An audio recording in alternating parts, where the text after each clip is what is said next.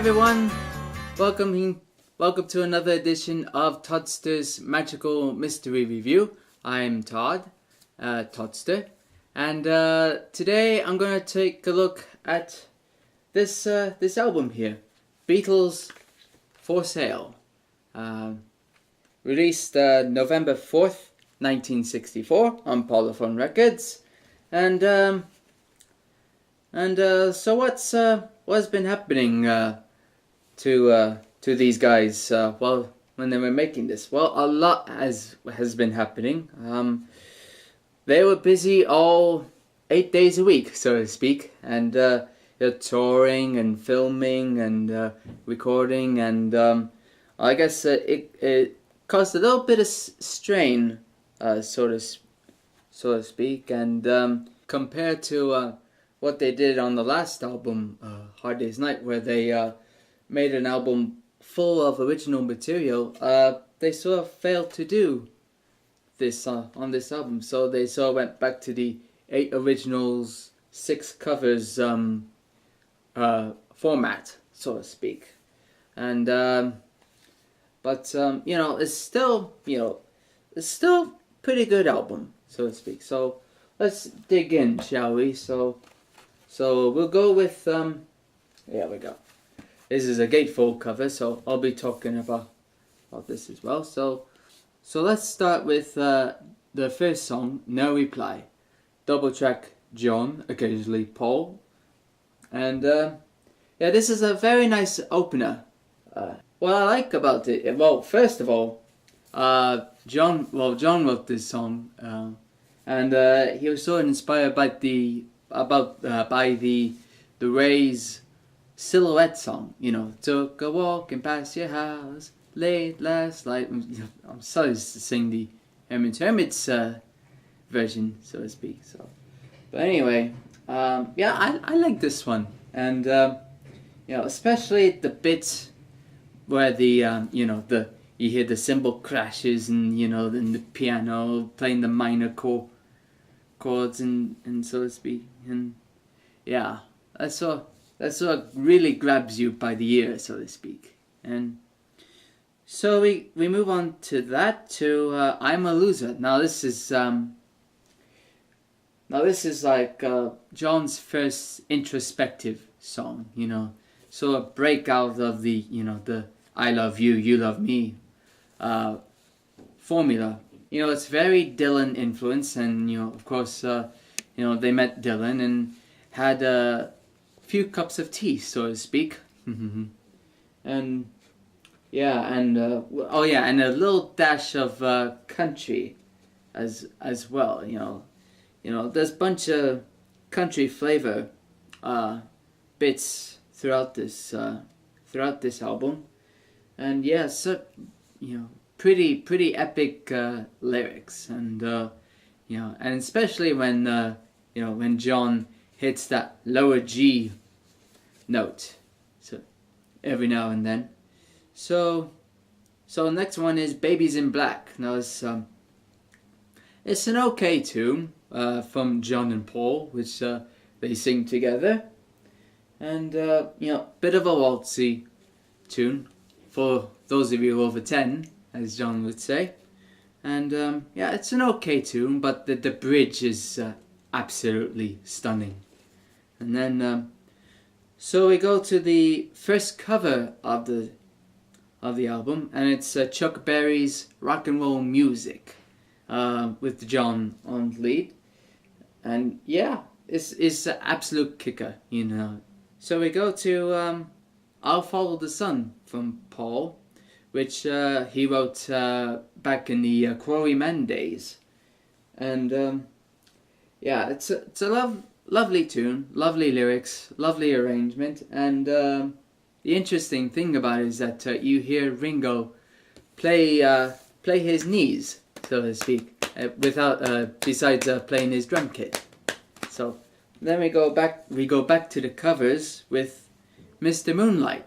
Now I know a lot of people sort of don't like this song.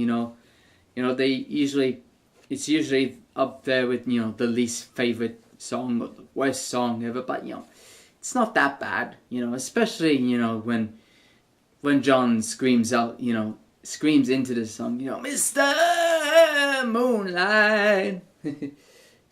It's okay, it's an okay tune. And then we go into Kansas City and Hey Hey Hey. This is a cover of Little Richard's arrangement, so to speak. And it's a bit of a screamer from Paul, and not as screaming as Long Tall Sally, but yeah, it's an okay tune. Oh, okay, so that's the first side, and then we go into side 2 with 8 Days a Week. Now this was the hit single. Well, actually, there weren't any singles that come out of this album in England. They didn't put out any singles in England, but in America they pulled this one out and became a number one, and and also is that the very first time a fade in was used in a pop song, and so yeah, it's a nice song, but yet one cannot help but clap along with the "Hold Me, Love Me" bits. See, there you go then. All right, and we go back to the covers. This one is Buddy Holly's "Words of Love." Now this is their only Buddy Holly cover on record. Yeah, it's a lovely song, pretty faithful to the original, so to speak. And John and Paul sings this lovely, and as well as playing his drums, Ringo also plays a suitcase, so to speak. And yeah, he's been playing lots of interesting instruments, so to speak.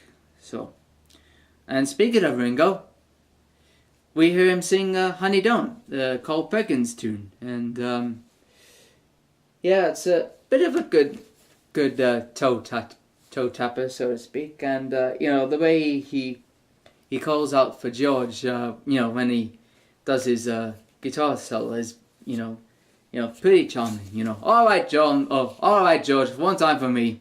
So we go from that to Every Little Thing. Now, this was written by Paul, yet he and John sings the lead, and it's a bit of a filler, so to speak. Yet the highlight is Ringo's timpani that you hear during the choruses. Next one we go to is "I Don't Want to Spoil the Party" from John, and it's an okay tune, but with a bit of country twang as well. And then we go into another one of my favorite obscure songs, "What You're Doing." Now, this is Paul singing the lead, and I like this I like this song, and has George's 12-string Rick, and Ringo's sort of Phil Spector drumming in the beginning, and then we finally end the album with George. We finally hear George at the very end with another Carl Perkins tune, "Everybody's Trying to Be My Baby." And yeah, it's okay tune, but the sort of highlight is how the little effect on George's vocal, lots bit of reverb on it, so sort of similar to Elvis's "Heartbreak Hotel," and that's sort of like ear candy to me. And so yeah, so that's the album. So let's talk about the album cover, shall we? So this is another Robert Freeman photograph, and as I said, they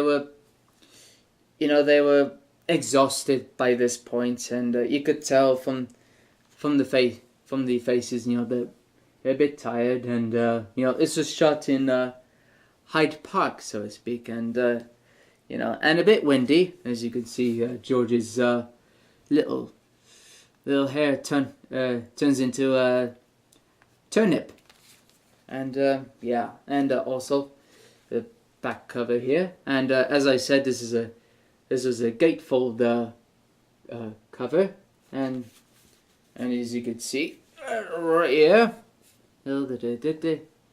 yeah, and I guess this here was from the Washington Coliseum back in February '64, and this probably looks like when they were filming Hard Day's Night, so to speak.